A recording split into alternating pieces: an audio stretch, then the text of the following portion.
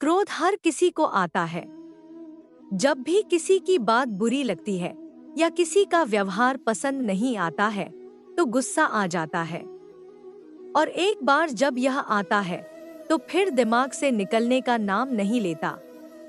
ऐसे में आप उस घटना को लेकर बैठ जाते हैं, उसके बारे में सोचते रहते हैं। हर समय वही बात दिमाग में घूमती रहती है। आप किसी से कोई भी बात करें, वह घटना बीच में आ जाती है। ऐसे में आप न चाहते हुए भी उस बारे में बात करने लगते हैं, उसकी शिकायत करने लगते हैं।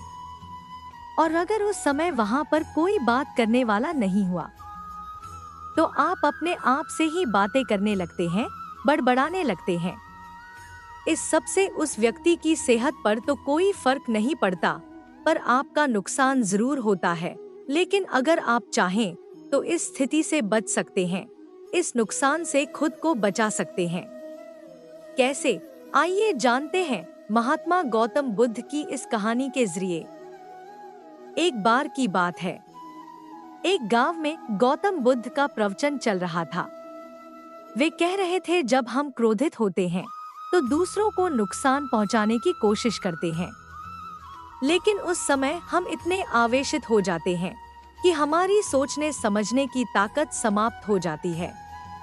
इसलिए क्रोध में हम सही निर्णय नहीं ले पाते और अपना ही नुकसान कर बैठते हैं।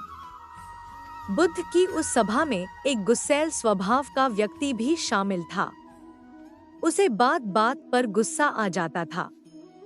आज भी वह अपने परिवार वालों से झगड़ कर आया था और उस समय भी उसके दिमाग में उथल पुथल मची हुई थी। इसलिए उसे बुद्ध की बातें अच्छी नहीं लग रही थी।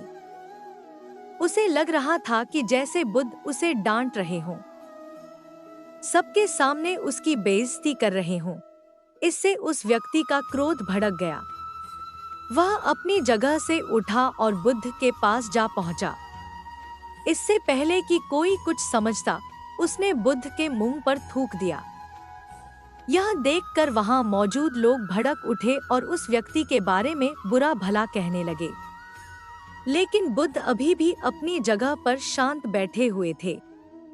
उन्होंने अपना चेहरा पोंछा और बोले, क्या बात है वत्स, तुम्हें कुछ कहना है? उस व्यक्ति ने बुद्ध की बात का कोई जवाब नहीं दिया। वह बिना कुछ कहे वहां से चला गया। यह देखकर एक व्यक्ति से नहीं रहा गया। उसने बुद्ध से पूछा, महात्मन, उस मूर्ख व्यक्ति ने आपका अपमान किया और आपने उसे कुछ नहीं कहा। उसकी बात सुनकर बुद्ध धीरे से मुस्कुराए और फिर बोले, तुमने शायद उस व्यक्ति का चेहरा नहीं देखा। वह बहुत परेशान लग रहा था। मुझे लगता है कि वह किसी चिंता में घिरा हुआ था। इसलिए ऐसे परेशान व्यक्ति को क्या दोष देना। बुद्ध पर थूकने वाला व्यक्ति सभा से उठने के बाद अपने घर चला गया। वह दिन भर बेचैन रहा। उसे अपनी करनी पर पछतावा होता रहा। रात में भी वह सो नहीं पाया और बेचैनी में इधर उधर करवट बदलता रहा। अगले दिन वह फिर से बुद्ध की सभा में गया। वहां पहुंचते ही वह बुद्ध के चरणों में गिर पड़ा और रोने लगा। यह देखकर बुद्ध ने पूछा, क्या हुआ वत्स, तुम क्यों रो रहे हो? वह बोला, मैं वही दुष्ट व्यक्ति हूँ जिसने कल आपका अपमान किया था। पता नहीं कल मुझ पर ऐसा कौन सा पागलपन सवार हुआ जो मैं ऐसी घृणित हरकत कर बैठा। कृपया मुझे क्षमा कर दें। बुद्ध बोले, कल की बातें तो कल ही समाप्त हो गई वत्स, कल के बारे में आज क्या सोचना।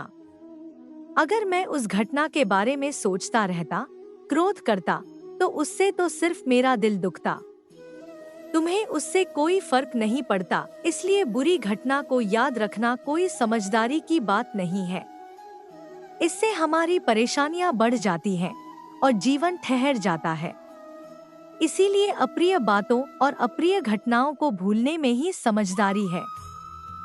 जो व्यक्ति ऐसी घटनाओं को भूल जाता है वही जीवन में आगे बढ़ता है, और जो उनमें उलझा रहता है उसका जीवन चक्रव्यूह के समान हो जाता है, जिसमें से वह चाह कर भी बाहर नहीं निकल पाता है। दोस्तों, गुस्सा करना बिल्कुल ऐसा होता है कि जहर तो आप पिएं और कामना करें कि मर सामने वाला जाए। इसलिए जब भी कभी आपको गुस्सा आए तो इस बात को ध्यान में रखें कि अगर आप किसी से नाराज होते हैं और रूठ कर चुपचाप बैठे जाते हैं तो आप अपना ही नुकसान करते हैं। इससे आपके समय का तो नुकसान होता ही है, आपके शरीर का भी नुकसान होता है। इसलिए अप्रिय बातों और अप्रिय घटनाओं को लेकर बैठना कोई हल नहीं है। बेहतर है कि उन्हें भूलकर आगे बढ़े। तभी आप जीवन के प्रवाह के साथ अपने आप को जोड़ पाएंगे और जीवन का आनंद ले पाएंगे। हम में से ज्यादातर लोग यही समझते हैं कि हमारे दुखों का कारण कोई दूसरा व्यक्ति है, और जब हम ऐसा मानते हैं तो हम अपने स्वनियंत्रण की कमी और अक्षमता को अनदेखा कर रहे होते हैं। वास्तव में ये हम पर निर्भर करता है कि हम दूसरों के द्वारा प्रदान की गई नकारात्मकता को स्वीकार करते हैं या नहीं। अगर हम नकारात्मकता को स्वीकार करते हैं तो हम अपने पैरों पर कुल्हाड़ी मारते हैं, और जब हम उसे अस्वीकार कर देते हैं तो घृणा, क्रोध, हिंसा हर किसी से मुक्त हो जाते हैं।